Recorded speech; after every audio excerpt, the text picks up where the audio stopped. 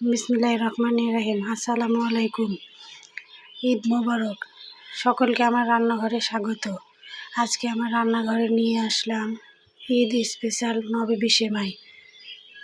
এই সেমাইটা আমি প্রথম বানিয়েছি, কিন্তু এত সুন্দর হয়েছে, সকলে খুব প্রশংসা করেছে। চলুন দেখা যাক কীভাবে বানাইলাম আমি নবাবী সেমাই।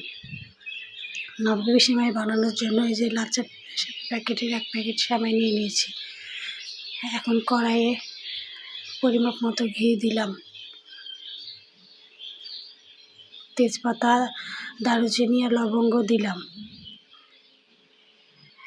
এখন ঘি গরম হয়েছে, এখন প্যাকেট থেকে সেমাই বের করে দিয়ে দিলাম।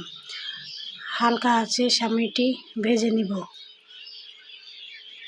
এই যে হালকা আঁচে আস্তে আস্তে সেমাই ভেজে নিচ্ছি।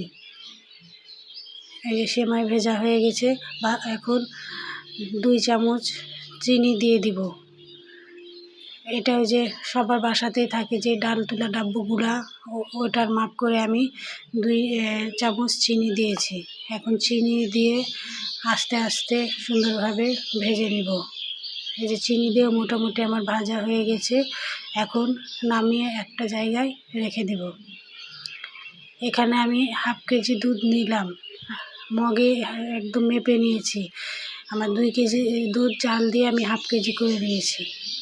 এখন দুধ জাল দিয়ে যেহেতু ঘন করে নিয়েছি, এই জন্য 2 চামচ চিনি দিলাম, 3টা এলাচ দিয়ে দিলাম।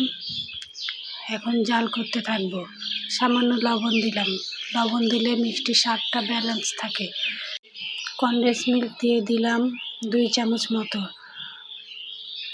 এই যে 1 চামচ দিলাম, আরও 1 চামচ দিয়ে দিচ্ছি। এটা 4 চামচ মাপে দিইনি আমি, 2 টেবিল চামচ মাপে দিয়েছি। আর 1/2 বাটি গুঁড়ো দুধ গুলিয়ে দিয়ে দিলাম। এখন নেড়ে বলক তুলে নিব। এই যে বলক উঠে গেছে। এখন 2 চামচ কাস্টার্ড পাউডার গুলিয়ে নাড়তে থাকবো। আর অল্প অল্প করে কাস্টার্ড পাউডার দিয়ে দিব। কাস্টার্ড পাউডার দেওয়ার সময় নাড়ানো থামানো যাবে না, না হলে দলা পেকে যাবে। এই জন্য আস্তে আস্তে নাড়ছি আর কাস্টার্ড পাউডার দিয়ে এখন অনবরত নাড়তে থাকবো। এই পর্যায়ে এই যে আমার ঘন হয়ে গেছে, এখন নামিয়ে নেব। আমি এরকমই ঘনত্ব রাখবো। এখন একটি বাটিতে আমি সব কিছু সেট করে নিচ্ছি। এই যে ভেজে রাখার সময় আস্তে আস্তে হাত দিয়ে চেপে সুন্দর করে সেট করে নিচ্ছি। এটা যত সুন্দরভাবে সেট করা যায় তত সুন্দর হয়। এই যে সুন্দরভাবে আস্তে আস্তে সেট করে চেপে চেপে করছি। আমার ভিডিও যদি আপনাদের ভালো লাগে তো একটা লাইক করে আমার পাশেই থাকবেন। আপনাদের লাইক আমাদের অনেক উপকারে আসে। এই যে সেট করা হয়ে গেছে। এখন যে দুধের মালাইটা তৈরি করেছিলাম ওটা এখন উপর থেকে দিয়ে দিলাম। এই যে সম্পূর্ণ দিয়ে দিলাম, দিয়ে ছেঁচকে দিয়ে চারিদিকে সুন্দরভাবে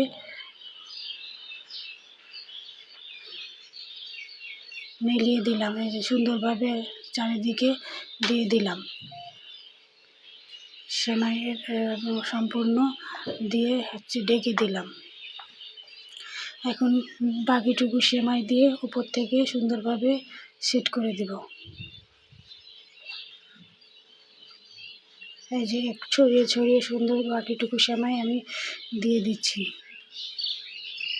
আমার সেমাই আর মালাই একদম সমান সমান হয়েছিল, একটুও কম বেশি হয়নি। এই যে সুন্দরভাবে হাত দিয়ে সেট করে নিচ্ছি।